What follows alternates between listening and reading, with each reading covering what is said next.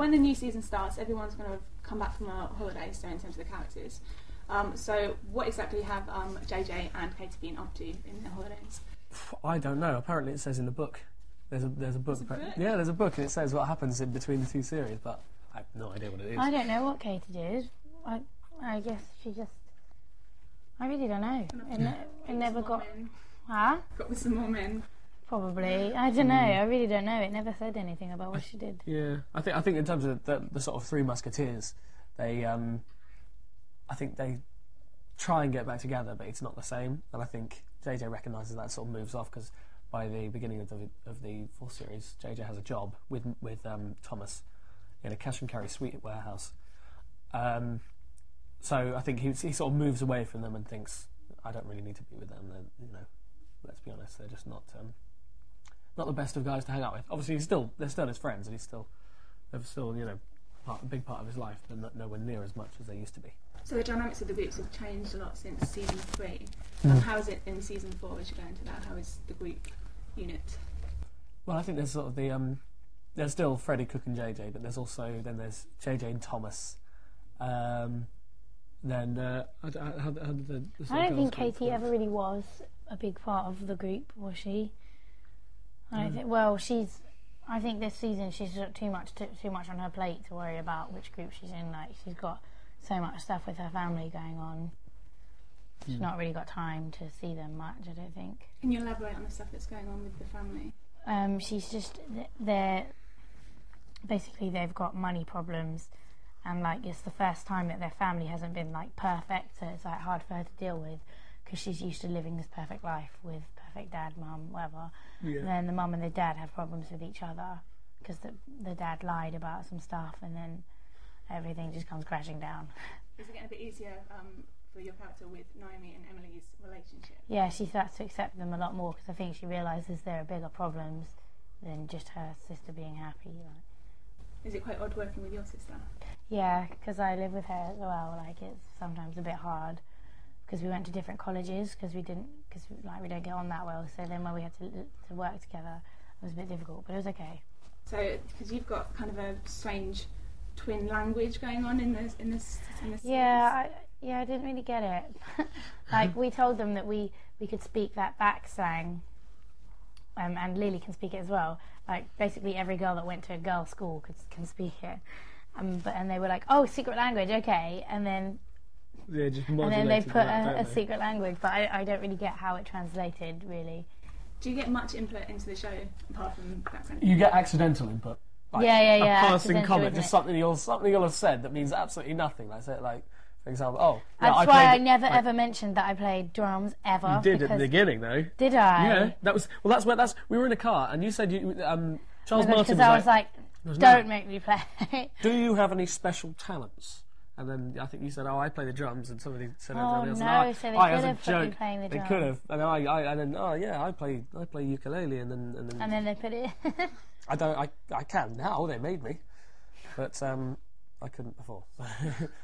So you have sort of accidental input. You don't mean it.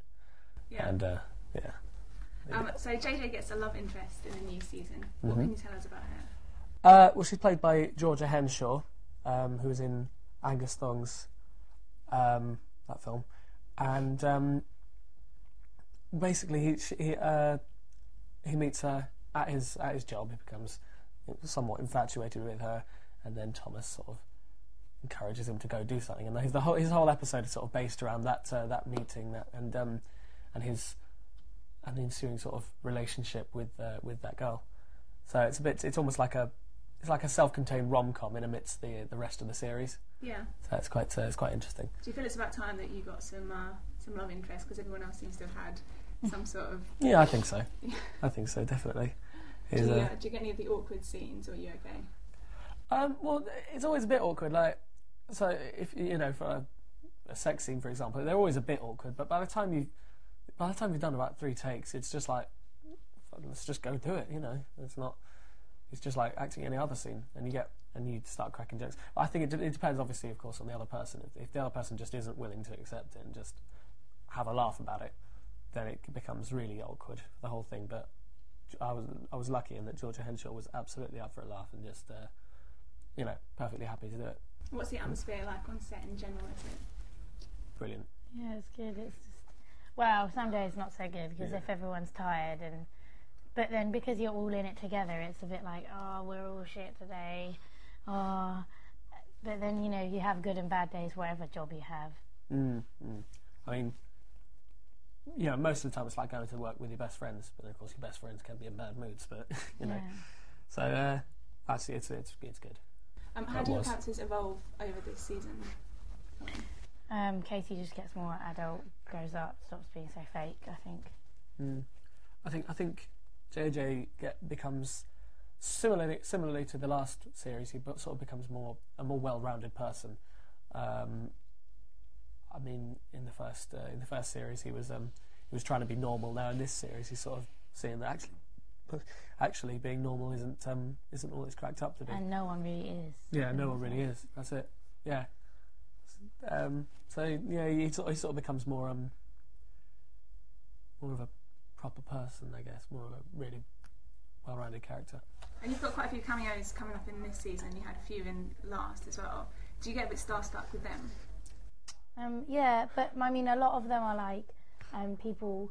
They're the parents of the main characters, so they're older. So I haven't.